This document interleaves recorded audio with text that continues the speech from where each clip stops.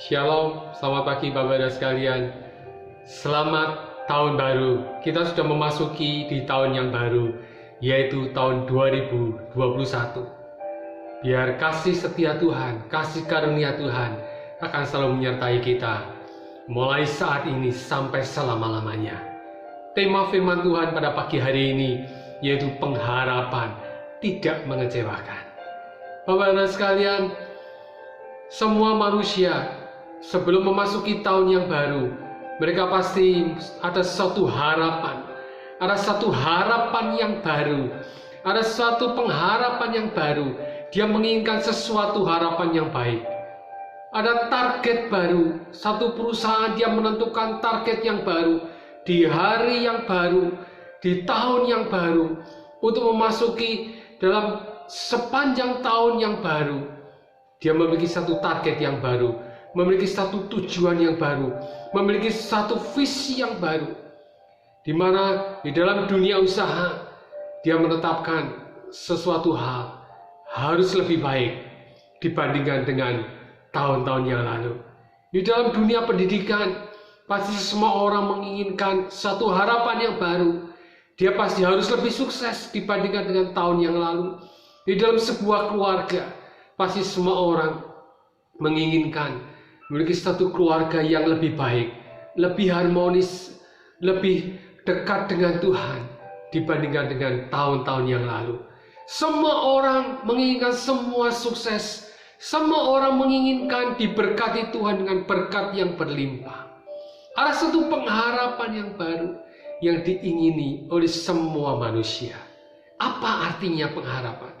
Di dalam Kamus Besar Bahasa Indonesia, arti daripada pengharapan yaitu sesuatu yang diharapkan. Pengharapan yaitu suatu keinginan supaya bisa menjadi suatu kenyataan. Pengharapan artinya orang yang diharapkan atau orang yang dapat dipercaya itu sesuai dengan keinginan kita. Bapak Ibu sekalian, setiap kita pasti mengharapkan sesuatu yang baik. Setiap kita pasti mengharapkan sesuatu yang terbaik terjadi dalam kehidupan kita. Sesuai dengan apa yang kita inginkan. Sesuai dengan apa yang kita cita-citakan. Memasuki tahun yang baru, kita memiliki satu pengharapan supaya Tuhan memberikan kita umur yang panjang. Tuhan memberikan kita kesehatan. Tuhan memberikan kita berkat-berkat yang berlimpah. Namun kenyataannya tidaklah selalu terjadi sesuai dengan apa yang kita harapkan. Mari kita baca di dalam Roma 5 ayat yang kedua sampai dengan yang kelima. Pengharapan seperti apa yang tidak mengecewakan di dalam kehidupan setiap anak-anak Tuhan. Roma 5 ayat 2 sampai dengan yang kelima. Firman Tuhan katakan, oleh Dia kita juga beroleh jalan masuk oleh iman kepada kasih karunia ini. Di dalam kasih karunia ini kita berdiri dan kita bermegah dalam pengharapan akan menerima kemuliaan Allah. Dan bukan hanya itu saja, kita malah bermegah juga dalam kesengsaraan kita. Karena kita tahu bahwa kesengsaraan itu menimbulkan ketekunan. Dan ketekunan menimbulkan tahan uji. Dan tahan uji menimbulkan pengharapan. Dan pengharapan tidak mengecewakan. Karena kasih Allah dicurahkan ke dalam hati kita oleh Roh Kudus yang telah dikaruniakan kepada kita. Amin. Suatu firman Tuhan yang sangat menguatkan di dalam kehidupan kita memasuki hari yang baru, memasuki tahun yang baru. Kita tahu sesuai apa yang Tuhan inginkan untuk kita kerjakan dalam kehidupan kita. Kita memiliki satu pengharapan yang tidak mengecewakan. Di sini dikatakan bahwa di ayat yang kedua, kita beroleh jalan masuk oleh iman kepada kasih karunia. Kita bisa memiliki kasih karunia hanya oleh karena iman. Pada saat kita memiliki iman untuk masuk dalam kasih karunia, di mana di dalam kasih karunia itu kita bisa bermegah di dalam pengharapan dan memperoleh kemuliaan Allah. Dan pengharapan di dalam Tuhan Yesus itu satu pengharapan yang tidak mengecewakan. Karena apa? Karena kasih Allah itu sudah dicurahkan dalam hati kita. Dan oleh Roh Kudus yang dikaruniakan kepada kita. Pengharapan itu adalah proses. Di dalam ayat yang ketiga sampai dengan yang keempat, dikatakan bahwa bukan hanya itu saja. Kita malah bermegah juga dalam kesengsaraan kita. Karena kita tahu bahwa kesengsaraan itu menimbulkan ketekunan. Dan ketekunan itu menimbulkan tahan uji. Dan tahan uji itu menimbulkan satu pengharapan. Bapak-bapak sekalian, di sini kita bisa tahu, bisa lihat bahwa pengharapan itu adalah hasil akhir dari seluruh proses. Urutannya yaitu apa? Ada kesengsaraan, ada ketekunan, ada tahan uji, baru ada pengharapan. Pengharapan bukan sesuatu yang dikatakan di depan, tetapi melalui proses. Apabila kita ingin mendapatkan satu pengharapan yang tidak mengecewakan, harus melalui proses ini, yaitu proses melalui kesengsaraan, ketekunan, dan tahan uji, barulah kita memiliki satu pengharapan.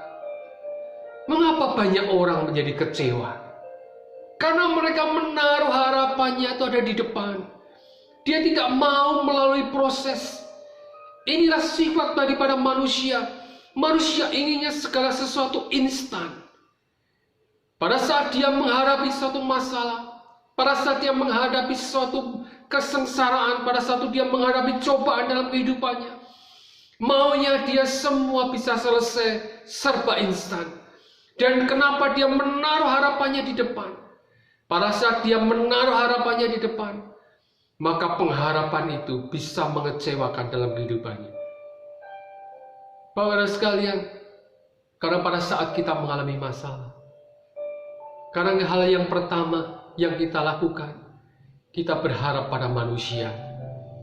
Kita punya pengertian bahwa pada saat kita mengandalkan kekayaan kita, pada saat kita mengandalkan kekuatan sendiri, pada saat kita mengandalkan jabatan kita dan lain sebagainya, kita punya pengertian bahwa semuanya itu bisa selesai dengan baik, itu bisa selesai dengan cepat.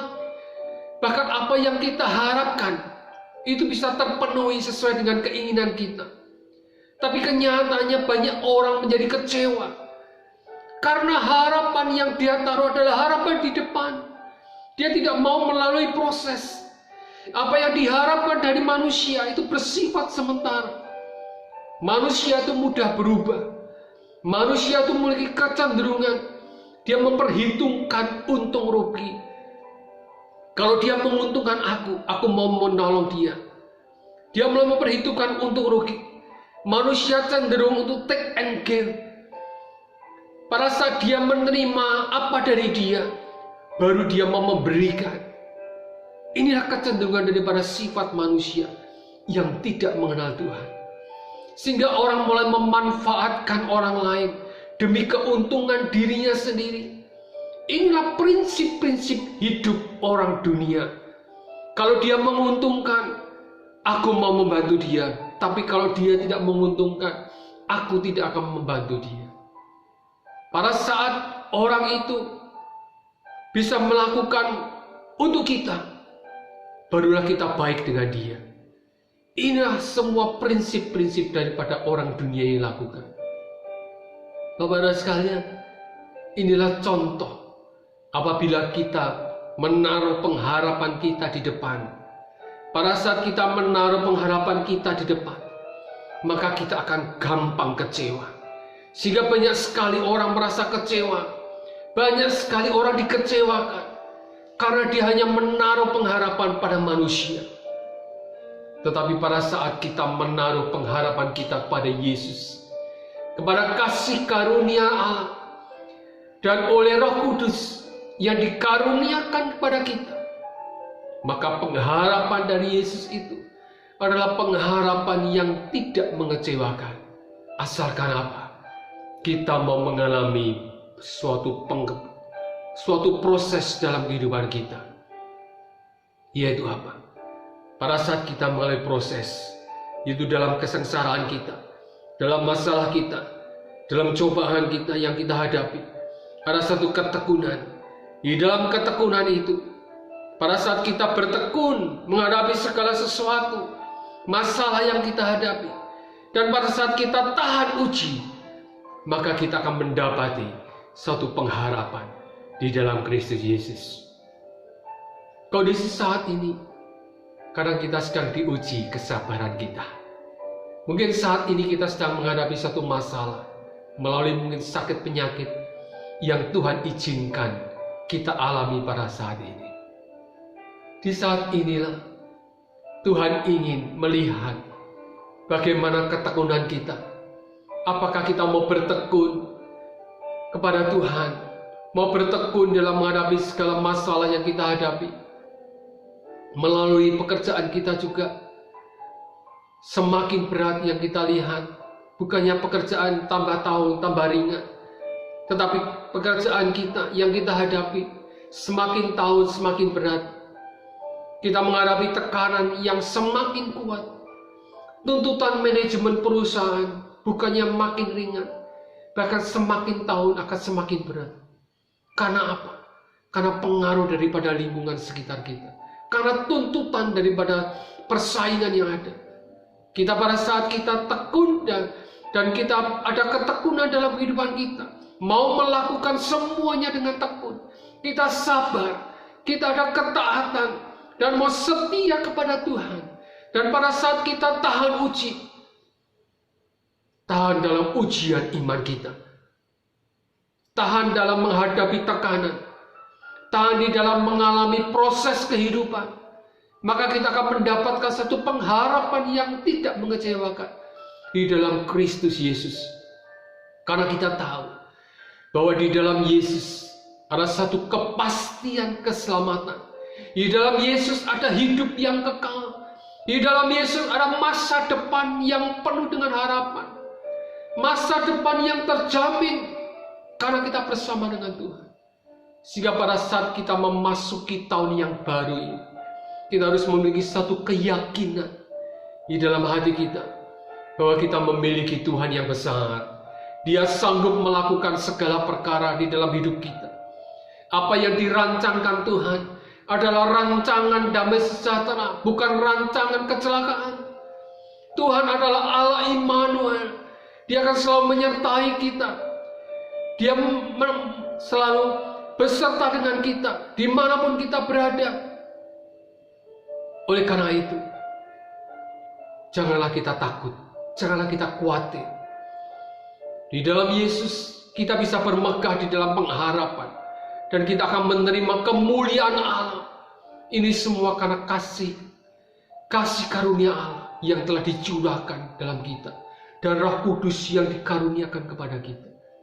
Sehingga apapun yang akan kita kerjakan di tahun 2021, tantangan apapun yang kita hadapi, masalah apapun yang kita hadapi, cobaan apapun yang akan kita alami, bersama-sama dengan Yesus, kita bisa melakukan perkara yang besar. Semuanya ini dapat berjalan dengan baik asal kita bersama-sama dengan Tuhan. Oleh karena itu Bapak Ibu sekalian, pada saat kita berjalan bersama Yesus, kita akan mengalami satu keberhasilan di dalam setiap apapun yang kita lakukan.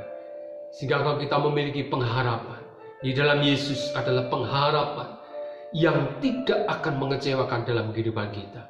Oleh karena itu, pentingnya kita memiliki pengharapan bersama dengan Yesus dan selalu berharap hanya kepada Tuhan. Sehingga apapun yang kita alami, apapun yang akan kita lakukan bersama dengan Tuhan, tidak ada sesuatu yang mustahil. Kita dapat melewati semuanya itu. Dan kita akan mengalami satu keberhasilan demi keberhasilan di dalam kehidupan kita. Oleh karena itu, jangan berharap pada manusia. Terkutuklah manusia yang mengandalkan akan kekuatan manusia. Tetapi andalkanlah Tuhan di dalam kehidupanmu. Maka segala sesuatunya Tuhan akan memberikan kita kekuatan yang baru. Memasuki tahun yang baru, ada pengharapan yang baru, ada sesuatu yang luar biasa yang Tuhan akan sediakan bagi kita semuanya. Amin. Tuhan Yesus memberkati.